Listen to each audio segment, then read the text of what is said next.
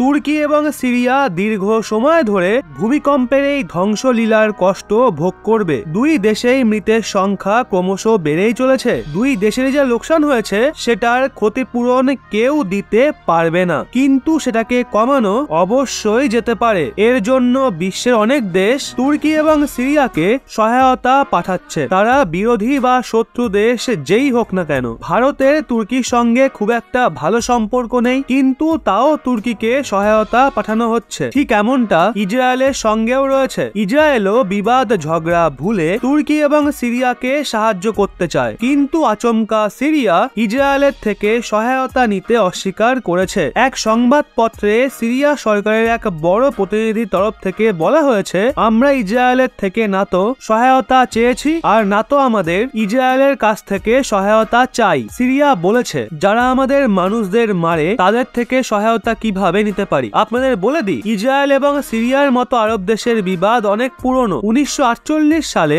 অস্তিত্বে আসার পর ইসরায়েলের মতো ইহুদি দেশকে নিজের প্রতিবেশী আরব দেশের সঙ্গে যুদ্ধের সামনা করতে হয়েছিল, কিন্তু 1967 সালে ইসরায়েল আরব দেশের হাল টাইট করে দেয়। ইসরায়েল এই দেশগুলোর নকশাই বদলে দেয় আর সিরিয়ারও অনেক অংশ দখল করে নেয়। তখন থেকে ইসরায়েল এবং সিরিয়ার মধ্যে বিবাদ চলে আসছে। আপনাদের জানাই, সিরিয়া যখনই ইসরায়েলের সহায়তাকে অস্বীকার করে তো বেঞ্জামিন নেতানিয়াহু সরকারের তরফ থেকেও বয়ান আসে। ইসরায়েল প্রথমে বলেছিল সিরিয়া তাদের ভূমিকম্পের কারণে ক্ষতিগ্রস্ত মানুষদের সহায়তার জন্য সাহায্য চেয়েছিল আর ইসরায়েল এর জন্য প্রস্তুত ছিল। বেঞ্জামিন নেতানিয়াহু বলেছিল তারা ভূমিকম্প প্রভাবিত সিরিয়াকে সাহায্য করার অনুমতিও দিয়ে দিয়েছিল, কিন্তু সিরিয়া এখন বারণ করে দিয়েছে। যাই হোক, ইসরায়েল এবং সিরিয়ার মধ্যে যেই বিবাদী থাকুক, কিন্তু এখানে ভারতের ভূমিকা অনেক বেড়ে গেছে। সিরিয়া সাহায্যের জন্য ভারতের দিকে চেয়ে আছে এবং ভারত সিরিয়াকে সাহায্য পাঠাচ্ছে। ভারত সরকার সিরিয়ার জন্য এক বিশেষ বিমানের মাধ্যমে 6 টন এমার্জেন্সি সুরক্ষা সামগ্রী পাঠিয়েছে, যা সিরিয়াতে পৌঁছেও গেছে। সাহায্যের এই ভান্ডারে পোর্টেবল ইসিজি মেশিন, রোগী মনিটর এবং মেডিসিনের মতো প্রয়োজনীয় সামগ্রী রয়েছে। ভারত বহু বছর ধরে সিরিয়াকে মানবিক সহায়তা পাঠিয়ে এসেছে। করোনা মহামারীর সময়ও ভারত সিরিয়াকে মেডিসিন পাঠিয়েছিল।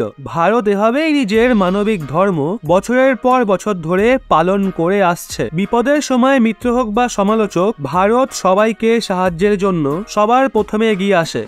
কিন্তু তার যথাযথ সম্মান ভারত পায় কি? বন্ধুরা, এই বিষয়ে আপনাদের কি রায়? এবার হয়তো অনেক ভারত বিরোধীর মনে এই প্রশ্ন থাকতে পারে যে পাকিস্তানের ক্ষেত্রে তাহলে কেন এমনটা করা হচ্ছে না। তো দেখুন, স্পষ্টভাবে বলি, পাকিস্তান না নিজের সমস্ত মাত্রা ছাড়িয়ে গেছে, ভারতের সহ্যের সীমা ভেঙে দিয়েছে।